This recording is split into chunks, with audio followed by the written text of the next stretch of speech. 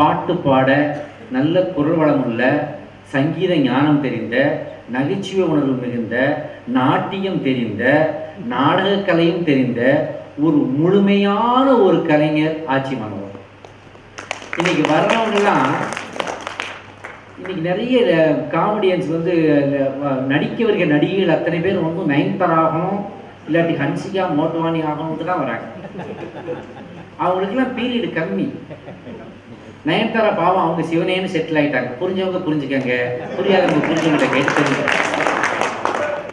வர்றவங்க எல்லாரும் அப்படிதான் ஆகணும்னு நினைக்கிறாங்க. ஆனால் ஒரு ஆட்சி மாதிரி ஒரு முழுமையான கலைஞராக பரிணமிக்கணும்னா புதுசாக நடிக்க வர்றவங்க நடிகைகள் ஆட்சியோட அத்தனை படங்களையும் எடுக்க வேண்டாம்.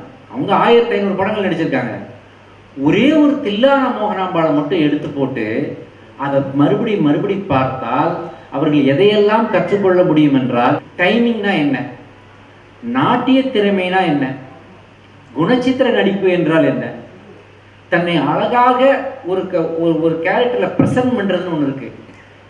இது எல்லாவற்றையும் அந்த படத்தில் ஆட்சியின் நடிப்பின் மூலமாக நாம் கற்றுக்கொள்ள முடியும்.